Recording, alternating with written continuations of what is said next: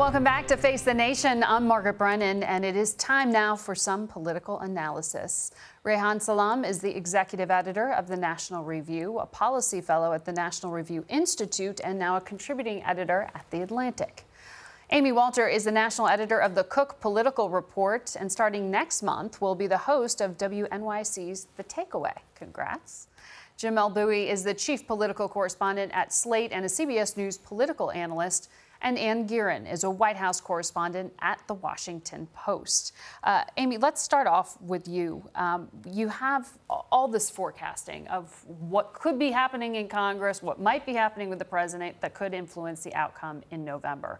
You've been writing about what isn't happening. Essentially, the Republicans aren't defecting. They're not running away now that Speaker Ryan has chosen to retire, whatever we're going to call it. So is the forecasting really kind of wrong at this point, that there'll be a Democratic wave? I think the challenge always in this era is figuring out what's noise and then what's actually happening, right? Because there's chaos all the time and trying to separate that out from reality. And so it seems like we have a number of different factors to look at. The first is what you talked about with Larry Kudlow today, which is the fact the economy is doing really well and that the president gets higher ratings on how he's handling the economy than his overall job approval. So which is more important, the way that people think he's doing on the economy or what they think about him as president, and how that translates to how they vote? Are they going to pick the economy, or are they going to say, yeah, the economy may be doing well, but I really don't like him personally, and I'm going to cast my vote that way? And then you have to look at what we've seen in the polling, but also what we're seeing on the ground. We know that in all these special elections, Democrats have outperformed where they normally should be. Their average vote, they've outperformed by almost 10 points. And so is that the right number, or the polls the right number? All of these things I think are going to get mushed together. I think the real question, and this is going to be the challenge for Paul Ryan as we get into these next couple months here of what's going on in Washington, is can Congress stop fighting amongst itself? I think that's when Republicans have their biggest challenge, was when they had the health care fight. The president was fighting with Republicans, tweeting against Republicans. Now we have immigration. We may have trade. Those things, if they split the party, I think only benefit Democrats. And one last thing, I think the attention that is being focused, especially in the media, on the Stormy Daniels or on Russia, is actually helping Republicans, because what's not getting through is what the Democrats want to talk about, which is the health care challenges in the wake of a health care bill that never really passed or doesn't fix the health care system, and rising costs for some other goods. They want to be able to make that case. They can't get that through. You mentioned immigration. We know the president will be holding an immigration roundtable later this week. I want to play a soundbite, something he said this week that caused some problems. We have people coming into the country, or trying to come in. We're stopping a lot of them. But we're taking people out of the country. You wouldn't believe how bad these people are. These aren't people. These are animals. And we're taking them out of the country at a level and at a rate that's never happened before. The president says he was talking specifically about gang members from MS-13, that he was not speaking writ large about immigrants. That's certainly not how the Mexican government took it, and Jamel, that's not what a lot of people heard here. And the White House said that was unfair criticism of it. Yeah, the idea that that's unfair criticism, I think, ignores the fact that for the past, 3 years now, the president has made this consistent linkage between Hispanic immigrants and crime, and Hispanic immigrants and disorder. And so in his campaign announcement speech, they're bringing crime, they're rapists, some of them I assume are good people. In speeches and addresses and off-the-cuff remarks, again and again, the president has made that linkage. And so even in this particular case where he's responding to a hypothetical question about an MS-13 gang member, he doesn't, note his language, he doesn't talk specifically about MS-13 gang members. He talks specifically about these people, which is vague and a bit slippery, and it's unclear exactly what he means, but that is in keeping with his past language. I think that when evaluating these kind of comments and evaluating this kind of imprecision, I'm not sure we should give the benefit of the doubt towards the president only referring specifically to this one group of people. And having said that, even if that was the case, I do think there's a serious problem with the president dehumanizing any group of people in the United States, even if they are hardened criminals. I think it opens a door to really problematic actions from federal law enforcement who take that as a cue for how they should approach gang members, how they should approach people that are within their enforcement purview. So, you know, setting aside the political controversy over what the president means, I think there's a real sort of pragmatic and ethical problem with the president speaking about people as, quote, animals. And it caused a diplomatic incident, Anne. Yeah, I mean, the president keeps doing this but through imprecision. It is clear when you listen to the whole conversation that the woman sheriff who was speaking right before him was speaking about what her lived experience of what she does when she can identify or when her agents can, from time to time, see somebody that they would like to be able to report to federal authorities for possible deportation, but are not able to fully report that because of a conflict between state and federal law. Way too complicated for what the president wanted to talk about, clearly, because his response then is, these people are animals. And that's what the Mexican government hears. It's what Central American governments hear as well.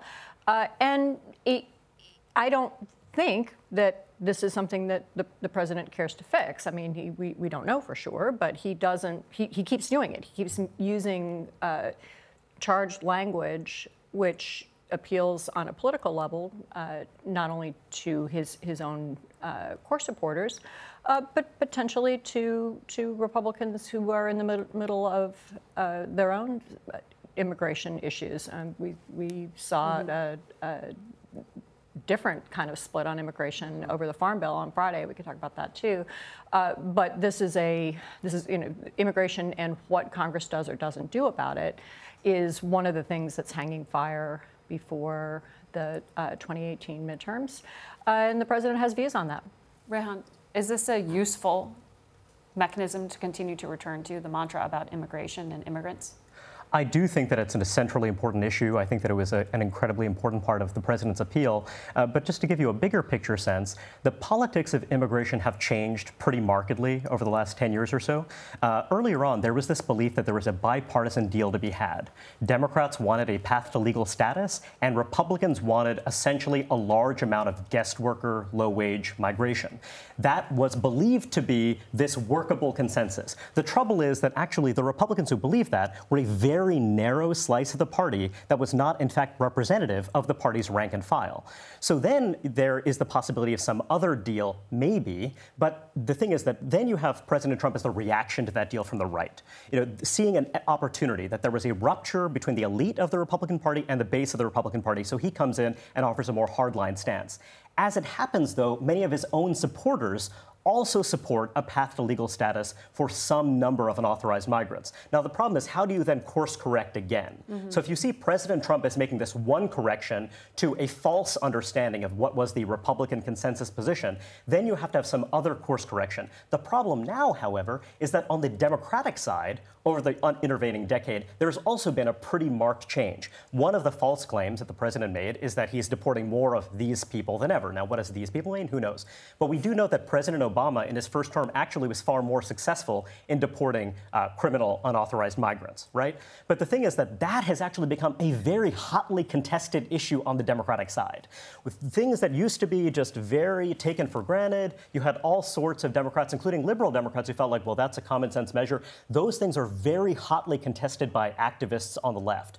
So the politics of immigration are very much in flux. There is a new center to be found. I believe the president can find it, but to do that, he cannot use rhetoric of this kind. He has to make it clear that I'm making a distinction between dangerous migrants and also those that pretty much everyone across the political spectrum has decided. A very broad swath of people have said, we need to separate this population from this other population, for better or for worse. But he hasn't adjusted to that, partly because he had a big political success with one thing, and then that's what you do. You kind of stick with the move that appears to have worked for you, even when the politics on the ground have changed. But he had that chance to do that, right? When we had the debate about DACA at the I guess this was a few months ago, where Democrats were willing to kind of come on the wall. I think had the president said, great, I'm going to call that victory, get money for a wall, get money for more border security, do a deal with DACA, that brings it together. I actually don't think that's true in an important way for this reason. So basically, the fundamental problem is that there's been this illusion that if you deal with the Dreamers, if you deal with the DACA-eligible population, that will be enough.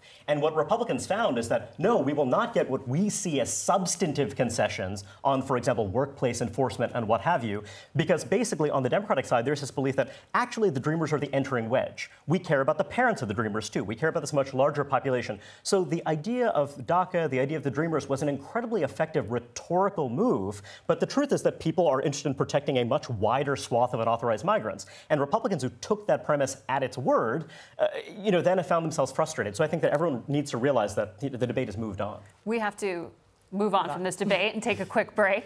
We'll be right back with more of our panel in just a moment.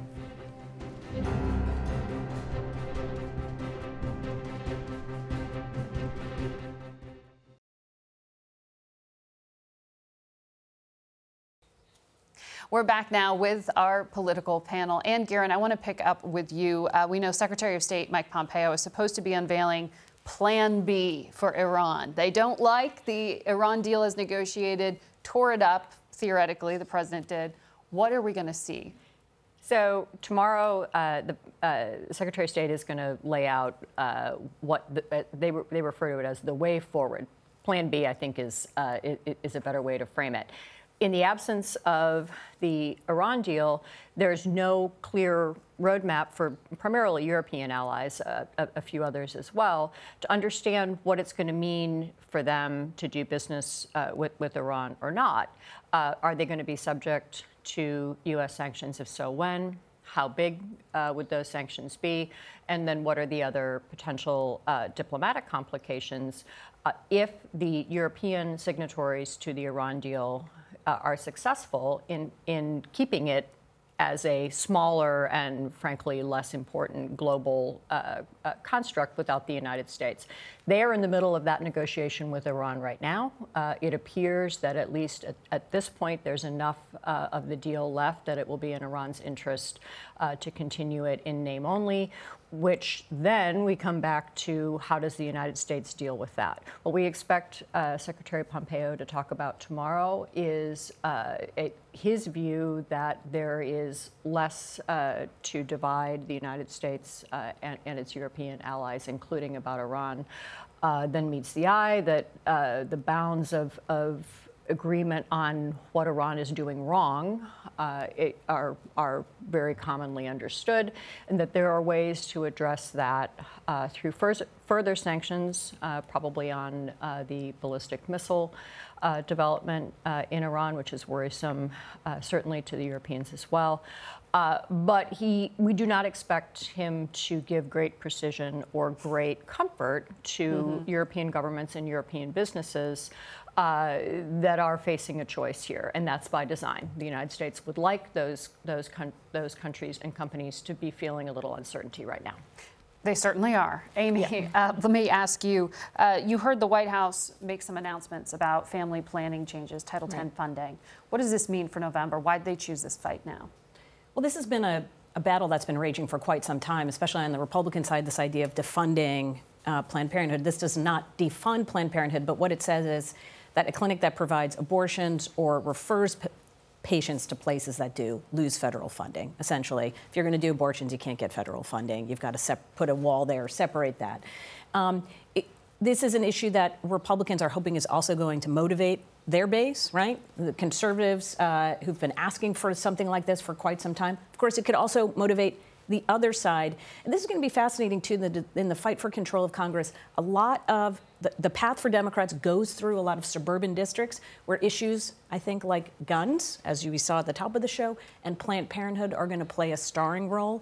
And that may be more definitive in favor of Democrats than it is in favor of Republicans in some of these rural or small town parts of the country. To that, sort of an important part of Democratic organizing against the president does involve suburban white women, frankly. It is groups like Indivisible, groups across the country. The core activists are people who may not have been engaged in politics prior to 2016, but had a strong reaction against or candidate Trump and now President Trump, and much of that reaction is tied to sort of his behavior towards women, his rhetoric towards women. And so something like this, I think Amy's right, could very well energize this kind of core group of Democratic activists. And we know the president's going to be attending a Campaign for Life gala, so it's something they want to put an exclamation point on here. Rehan, does it do the opposite of the intention and motivate the Democratic base? Well, that may well be true, partly because there has been a lot of misrepresentation of the nature of the rule. So there have been many iterations of this proposal over the years, and I think Amy described it very well and very carefully. So it's being described, for example, as a gag rule, the idea that you cannot even counsel abortion. And that's not, in fact, the case. What you cannot do is actually refer someone to an abortion practitioner. And it's also partly about basically co-locating these facilities so that literally you're providing these Title X services in the same place where abortions are provided. The idea is that we need to separate those two functions. Now, the trouble is that, basically you have institutions that are very well capitalized, institutions that have been around for a very long time. So if this rule was in fact implemented, that would mean kind of a real substantive change. And that's also why the Bush administration in the second term actually wound up shying away from this, because they decided that, it was a critical moment in the Iraq War and they had to kind of pull back. Right. It remains to be seen if that will happen in this case too. Or how and when this will be implemented. Thank you, all of you. We'll be back in a moment with Pulitzer Prize-winning author John Meacham. He's got a new book out about times in history when hope overcame division and fear. Stay with us.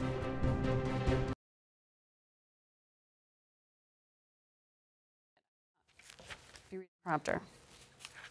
We close today with author and historian John Meacham. His new book is The Soul of America, The Battle for Our Better Angels. Thank you for coming on Face the Nation. Thank you. I was intrigued that you wrote this book because of a phone call you received in the wake of the violence in Charlottesville last August. Nancy Gibbs, then the editor of Time magazine, called and asked after the violence if I had anything to say. And one of the things I wanted to look at was, to what extent is this moment in American life an aberration? And to what extent is it the most vivid manifestation of strains in our national character that are not admirable, but are perennial? And I think the answer is that we're basically in a moment where the worst instincts are playing center stage, or attracting the most attention, but that in some ways is really the rule more than the exception. Why do you think the worst instincts? I mean, are you putting this on the person, or are you putting this on the moment? Politicians are far more often mirrors of who we are than they are molders. That's why the molders are so extraordinary. Franklin Roosevelt, Ronald Reagan, those are different kinds of figures. I think that President Trump, in many ways, is president because we have a climate of fear in the country. He certainly took advantage of it. He exacerbated it. And fear is an unreasoning. Edmund Burke said this, that nothing makes us so unreasonable as fear. We're in a moment of great economic and cultural transition, unquestionably. But basically, when we have listened to our better angels, when we have more widely understood the Jeffersonian assertion of equality, we've grown stronger. And we've also always grown stronger the wider we've opened our arms. So whether the issue is immigration or the free flow of ideas or open dissent, those are the moments when we are most broad-minded that we actually grow stronger. In a lot of the examples you write about in the book, you talk about sort of the office holder having a sense of history and their place in history, even though they all had their own personal issues, and you detail them. Oh, absolutely. But do you believe that President Trump has a sense of the office? Not really. No, I don't. I don't think he has a sense of the ultimate role he'll play in the moral life of the nation. And President Roosevelt, when he was running for president in the fall of 1932, the New York Times asked him to define the presidency, kind of a basic job interview question. And FDR said, it is not an engineering job. It is preeminently a place of moral leadership. It sets a tone. It sets a sense of our dispositions of heart and mind. And the best presidents, from Thomas Jefferson, again, through President Reagan, through President Obama, have been presidents who've spoken in the vernacular of hope instead of fear, who've pointed ahead instead of at other groups. And this is not a sentimental point. It's not a partisan point. I've voted for Democrats. I've voted for Republicans. I plan to continue to. But if you look at it in a clinical way, the moments we've come through from the 1920s when the Ku Klux Klan was refounded, 50,000 Klansmen marched down Pennsylvania Avenue, not far from here, in August of 1925. There were 3 to 5 million members of the Klan. Oregon, Indiana, Colorado had a significant Klan presence. We got through that, and we got through it in part because the courts ruled in the right way, the press did the right thing, and ultimately it's about us. It's about the people. A republic is only as good as the sum of its parts. That's the special thing about self-government. And you say that essentially the people get the government they deserve in some ways. Harry Truman said it, and so I'll take it. If I'm confused with Truman, that's a good thing. We do. And so we have to decide to what extent do we really want to be open-minded and open-armed. And, you know, since it's faced the nation, St. Augustine once defined a nation as a multitude of rational beings united by the common objects of their love. United by the common objects of their love. So what we have to decide in this incredibly divisive time is what do we love in common? And in divisive eras in the past, from Reconstruction through the backlash against civil rights, Americans have decided that guaranteeing fair play for the other person is the best way to guarantee fair play for themselves. And that's the American way. In terms of these moments that are revealing, these moments of truth, you talk about in the wake of Oklahoma City, and President Bush speaking out against the NRA because of language they used to attack law enforcement officials. You talk about other similar moments there. Has President Trump really confronted a moment like that? I mean, are you saying that Charlottesville in August 2017 was that missed opportunity? Absolutely. Remember, it took the president several days to decide whether he was going to side with the neo-Nazis and the Klansmen against, or the people who were protesting the neo-Nazis and the Klansmen. Remember, he said there's blame on many sides. There's blame on both sides. That was more than a missed opportunity. It was really a failure to live up to the promise of his office. And there's no regaining that in your There's view? always hope. There's always hope. Intellectual honesty, people won't like this, and people just try to decide from which tweet they're going to set their hair on fire over, and I understand that. But you have to, intellectual honesty compels us to say, a historical sense of things compels us to say that there's always hope. And we have been in dark, dark periods before, but, you know, Fort Sumter was pretty bad. A moment of hope. Thank you, John Meacham. Thanks. We will be right back, so stay with us.